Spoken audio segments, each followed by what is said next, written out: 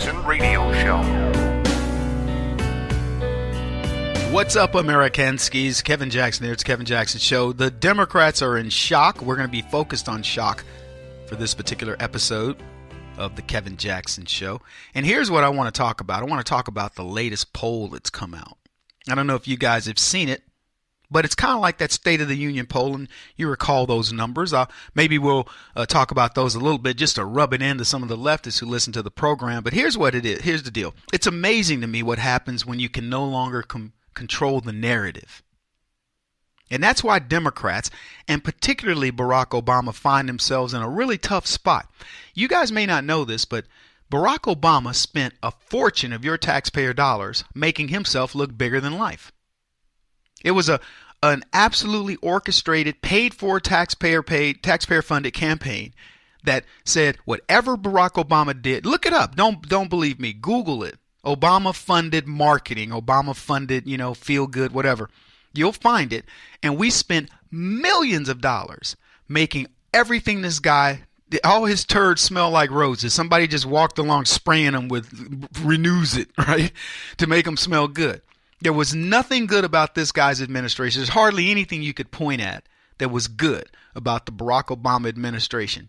But people believe that it was a good thing. People are like, oh, he was amazing, Kevin. What are you talking about? He was the most, they talk about the economy, all these other things. Let me tell you something. Give me $10 trillion and I will make anything look beautiful. Just give me, because that's what we did. It's like with GM. They gave them $50 billion of your dollars. GM paid back $40 billion, got $10 billion of free money and bankruptcy. Now, I'm happy that they gave out this money. We talked about it not long ago. They gave out this 50,000 people, almost 12 grand. Congratulations. But we gave it to them. This is all based on bankruptcy crap. Now, I hope GM goes on and is profitable, et cetera, but I'm just going to tell you, don't act like you've done something so good. Give me give me all the money that it's taken to run the government since we've been a country, and I think I could do okay with it.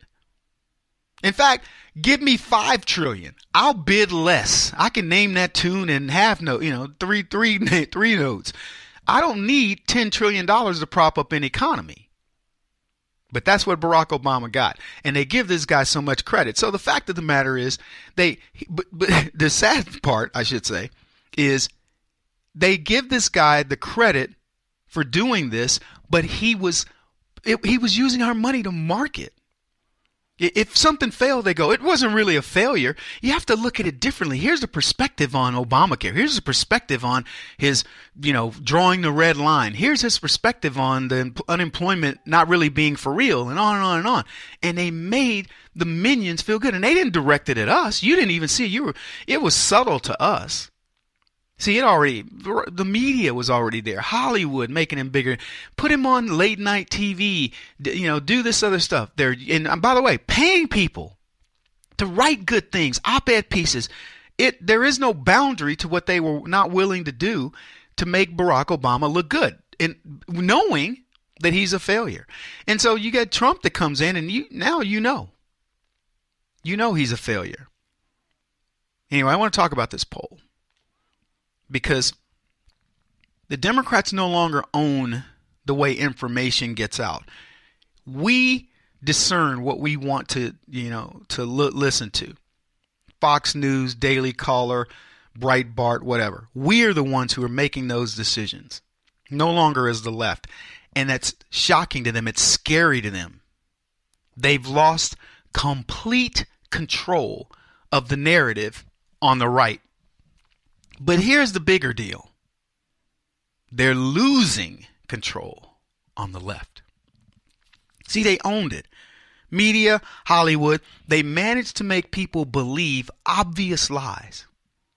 And the cover worked so well that Democrats got a bonehead elected president, and they almost got a woman who should be in prison elected president. That's how blatant things had gotten for the left. Then came Donald Trump, and he called these frauds out and dared to fight back. But it's one thing to fight, folks. Others had fought. But what Trump did was he won.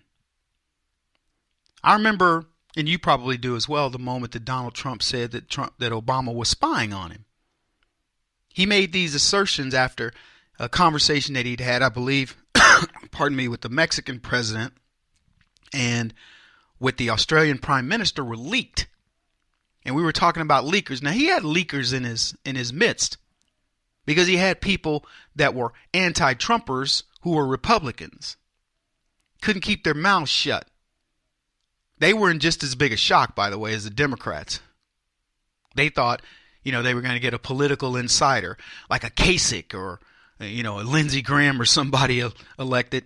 And here's Donald Trump. So he had leakers inside on the right as well. Well, I mean, they were leftists inside of they were Republicans, but they were not real Republicans.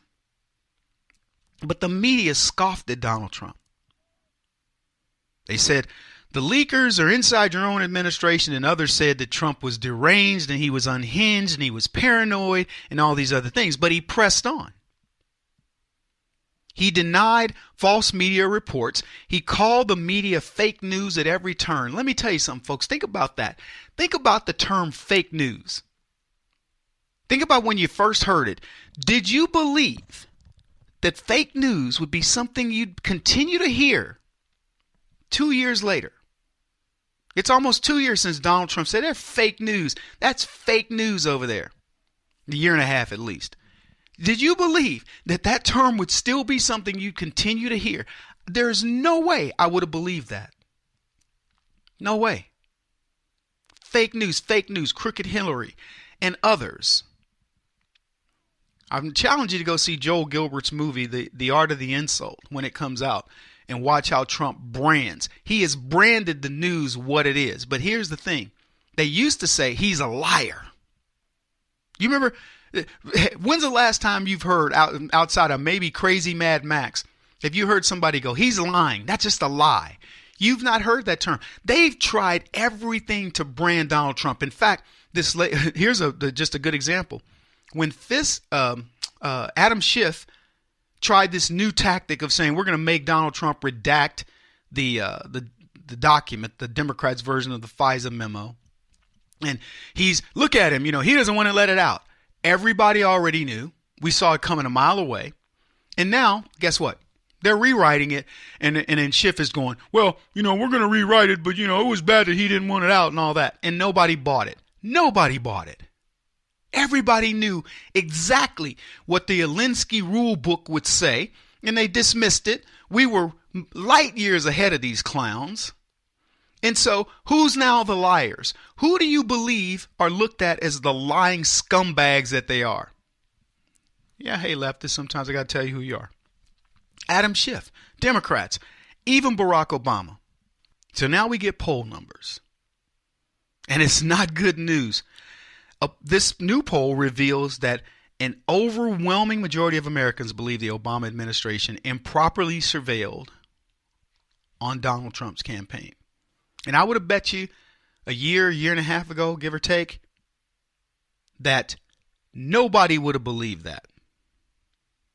Yeah, Democrats would never have believed a plurality of people were going to believe Donald Trump over them when it comes to spying on him during the campaign. But that's exactly what happened. So this is an Investor Business Daily poll, surveyed 900 Americans, and here are the numbers. 55% of Americans believe it's likely that the Obama administration improperly surveilled Trump during his campaign. 87% Republican, 55% independent.